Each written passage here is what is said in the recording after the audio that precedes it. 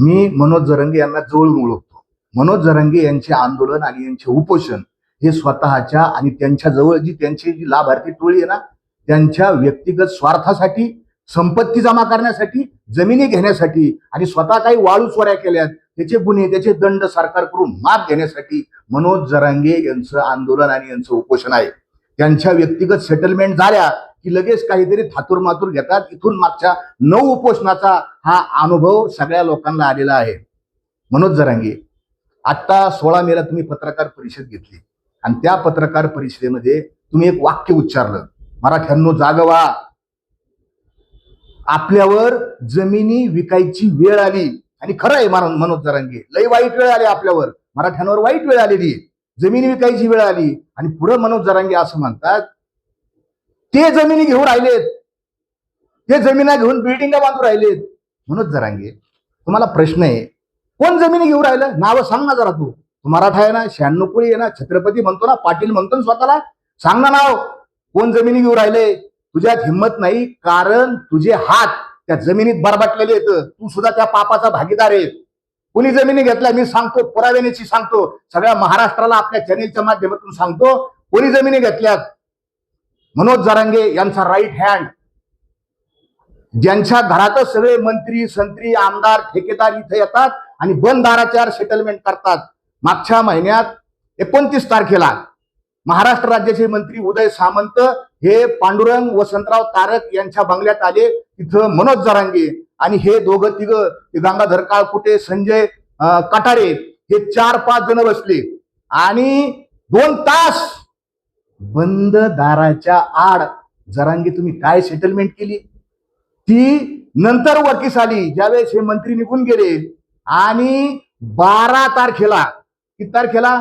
12 तारखेला, 12 मेच्या दिवशी पांडुरंग वसंतराव तारक आणि त्याचे सख्खे 2 मेहुणे यांनी 27 एकर जमीन, थोडी थिडकी नाही, 27 एकर जमीन अंतरावली सराटीला खरेदी घेतली.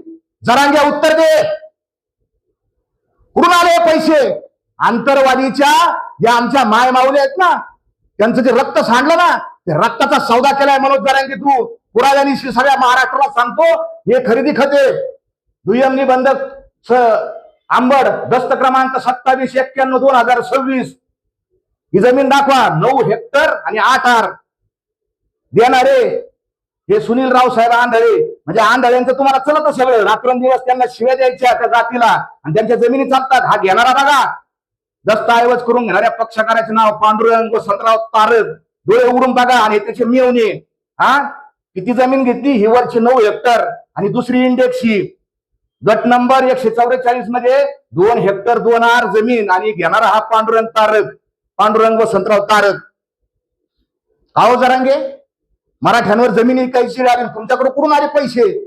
ज्या वेळेस आम्ही आंतरवालीला जात होतो 2023 ला, या पांडुरंग तारकचं घर, त्याला प्लॅस्टर नव्हतं, इटाचं घर होतं, घरात नुसतं शेणाने सारवलेलं घर होतं.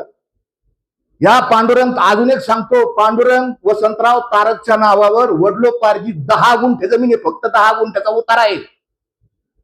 10 गुंठ्याच्या उतार्याचा मालक. आंदोलन सुरू झालं, काहीच काम करीत नाही, घरी 24 तास जरांगे संघ राहतो. आणि 2 वर्षात ही 27 एकरची खरेदी. एवढंच नाही, मागच्या 2 जमिनीचे आमच्याकडे पुरावे नाही, म्हणजे खरेदी खत नाही, पण त्याचे ग्राउंडवरचे फोटो आमच्याकडे येतं. पहिलं जे मुंबईचं सगळे सोयरेचं जे झालं ना, जरांगेनी सगळे सोयरे इकला ना, तो इकला, त्याचे जे पैसे आले ना, त्याच्यात हा पांडुरंग तारक त्यांनी पहिल्या वेळेस 15 एकर जमीन घेतली. आजही तो 15 एकर जमीन करून खातो. दुसऱ्या वेळेस मुंबईला गेला ना 2 सप्टेंबरला, कोणाची तरी 7 एकर जमीन घेतली, करून खातोय. फक्त त्याचे खरेदी खत सापडणार, मात्र हा करून खातो 27 एकर, 15 एकर, 7 एकर, 10 गुंठ्याचा मालक. काय तू स्ट्रॉबेरी लावली का? ती जॅबिली लावली होती, काय लावली होती? एवढे पैसे आले तुला? बारामतीच्या वांग्यासारखे पैसे आले तुला? मनोज जरांगे, तुला या महाराष्ट्राला उत्तर द्यावं लागेल. हे पैसे कुठून आणले? अजून तुम्हाला सांगतो, अजून एक पुरावा सांगतो. याची जी लाभार्थी टोळी आहे ना, आणि मी याच्या संदर्भात हे पैसे कुठून आले, कारण हा MSCBचा हा पांडुरंग तारक हा MSCBचा कॉन्ट्रॅक्टर आहे, ठेकेदार आहे. मनोज जरांगेचे शेजारी ठेकेदार राहते, ठेकेदार. दुसरा पुरावा सांगतो, मग या आंदोलनाच्या माध्यमातून यांनी कसा फायदा करून घेतला, या टोळीने कसा फायदा केला. जरांगेच्या शेजारी कोण राहतं? वाळू चोरांची टोळी राहती, पुराव्यासहित सांगतो. दुसरं आपल्या चॅनेलवर आहे, आपल्या IBN चॅनेलवर तुम्ही मनोज जरांगेंचे 7 अदृश्य हात दाखवले, जे मनोज जरांगेच्या जीवावर उदार होऊन मनोज जरांगेसाठी रात्रंदिवस प्रयत्न करतात. जीवावर फिवर काय उदार नाही झाले, स्वतःचे लाभार्थी काम केलेले त्यांनी. हा दुसरा पुरावा तुम्हाला देतो मी. संजय कटारे नावाचा मनोज जरांगेचा साथीदार, याच्यावर वाळू चोरीचा आरोप होता. पहिलं जे उपोषण झालं ना 29 ऑगस्टला सुरू झालेलं उपोषण 14 सप्टेंबरला संपलं. मुख्यमंत्र्याच्या हस्ते उपोषण सुटलं. सगळे असे जरांगेला असे सगळे तिथं मुजरा घालीत होते. जे कलेक्टर, प्रांत, तहसीलदार, त्याचा हा दोस्त संजय कटारे तुमच्या चॅनेलवर आहे. याच्यावर वाळू चोरीचं किती बघा. संजय कटारे गौण खनिजचा दंड किती आहे? 4,90,72,200 रुपये हा दंड आहे वाळू चोरीचा संजय कटारेच्या नावाने. आणि हा दंड तहसीलदार उपरोक्त 2023 यांचा आदेश दिनांक 22/9/2023 रोजी रक्कम ह्या 4 कोटीचा बोजा उपरोक्त आदेशान्वये कमी करण्यात आला.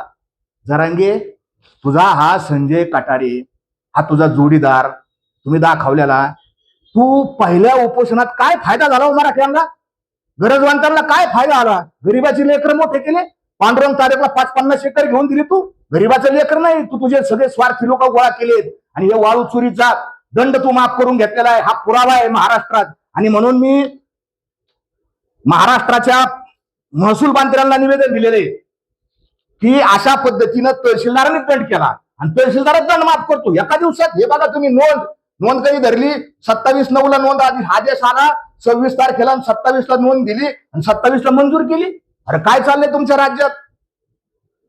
मला आपल्या माध्यमातून एवढंच सांगायचंय, हे मनोज जरांगेचं आंदोलन हे स्वतःच्या स्वार्थासाठी आहे. त्याच्याबरोबर असलेली ही लाभार्थी टोळी ही पैसे कमवत आहेत. मराठ्यांनो, शहाणं व्हा.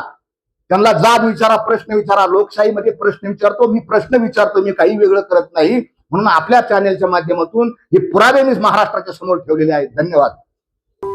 अशाच बातम्यांचा आढावा घेण्यासाठी आजच आपल्या YouTube चॅनलला सबस्क्राईब करा. बातमी आवडल्यास लाईक करा आणि इतरांपर्यंत शेअर करा.